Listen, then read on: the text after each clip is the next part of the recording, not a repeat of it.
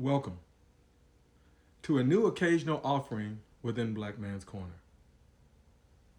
I call it Funny Somewhat. I'm Joey, and this video is offered to help you momentarily escape the weight of your social political reality. We can all use that from time to time, right? So here we go. In terms of race and privilege, recently, a Maryland state trooper pulled me over. My paranoia initially convinced me it was for driving while black, or perhaps even more so, that he may have been paranoid that I was armed. After all, the word on the street is that black men are always packing. Why would this situation be any different? Fear of what others may have in these days where Trump still has a voice makes it easier to believe the alternative fact that 1 out of every 2 people involved in a black-white traffic stop prefers to hate each other. While probably untrue, especially since it is an alternative fact, I'm nonetheless murmuring, white jerk trying to get his quota for the day, and thinking he's probably mumbling, damn it, why do the blacks all drive as if they are driving while black?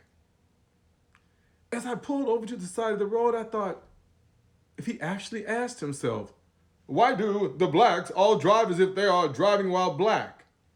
If he was asking himself something like that, he's a freaking idiot. Except without the rickin', replacing it with ucking. Think about it.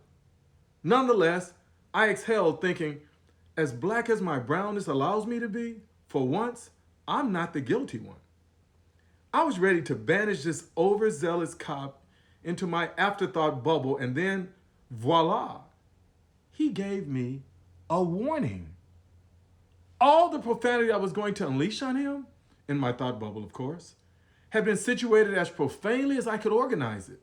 And then this damn decent person gives me a freaking warning, completely trashing my stereotype of white law enforcement officers that aren't personal friends. I mean, just as some white people overtly cherish that one non-white friend they've got, black people celebrate their one law enforcement friendship too. Who else can you be comfortably uncomfortable with after another police shooting?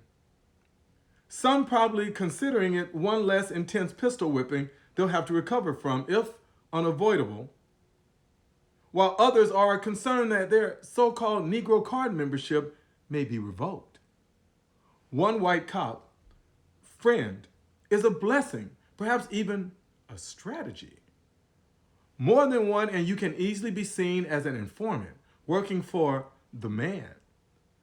Real talk doesn't mean there isn't real paranoia. His last words to me, I'll never forget. Did I only imagine him telling me this? In this state, buddy, you need to learn how to drive while white. Nah, he did. He definitely said that without an attitude. Was it some type of dark riddle? Not dark because I'm black, but dark as in sadistic? After all, how does a black person drive while white?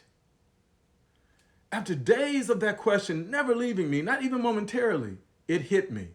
Okay, I know what to do. So with a burst of energy, I jumped in my car and went speeding off, having implemented the one change that might make a difference. I was soon stopped again, and coincidentally, it was the same officer. Hello, officer. Did you stop me for violating your last warning about how I should be driving in this state? No, the officer replied. I could tell you were driving as if you were white, and I just wanted to compliment you on it. Really? So what I just tried worked? How could you tell, though? Well, you were driving fearlessly as if you had little anxiety or concern, as if you knew you must have someone who could fix the situation for you, as if your white life mattered regardless of others' lives seeming meaningless, as if you knew there was something in you that I could relate to, other than you as a potential victim if I was in a mood to victimize.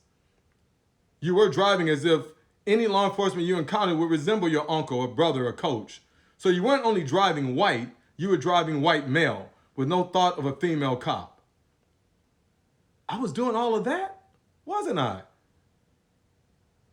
It wasn't easy either, but But why would you ever be in a mood to victimize me or anyone, I asked.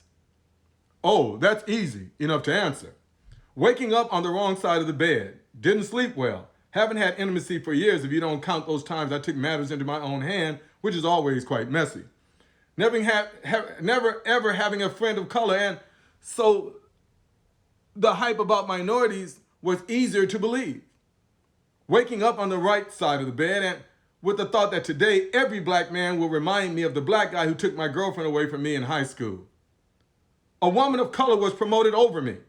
Some of my closest friends have invited me to join a secret organization that is excessively unwelcoming to racial others, and as a result of that, I shouldn't be seen as gracious towards you. Wow. How cool is this guy, I thought.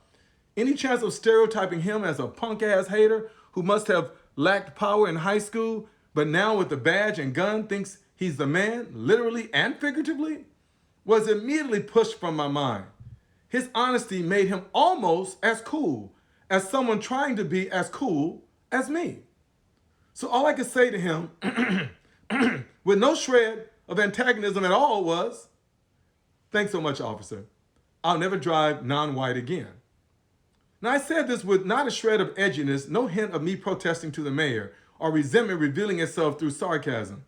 He just did the right thing, not the white thing, that some white cops often do to racially underrepresented people. "You're a quick study, black buddy. Lots to learn around here. Now it's getting near sundown. White is white and night is night. I suggest you take it on in for the night." Wow. While it was unfair that I was being told not to let the sun set on me, I wasn't going to doubt this officer trying to serve me by protecting me. Making a U-turn, I wondered if the next thing we'll have to learn is how to breathe while white.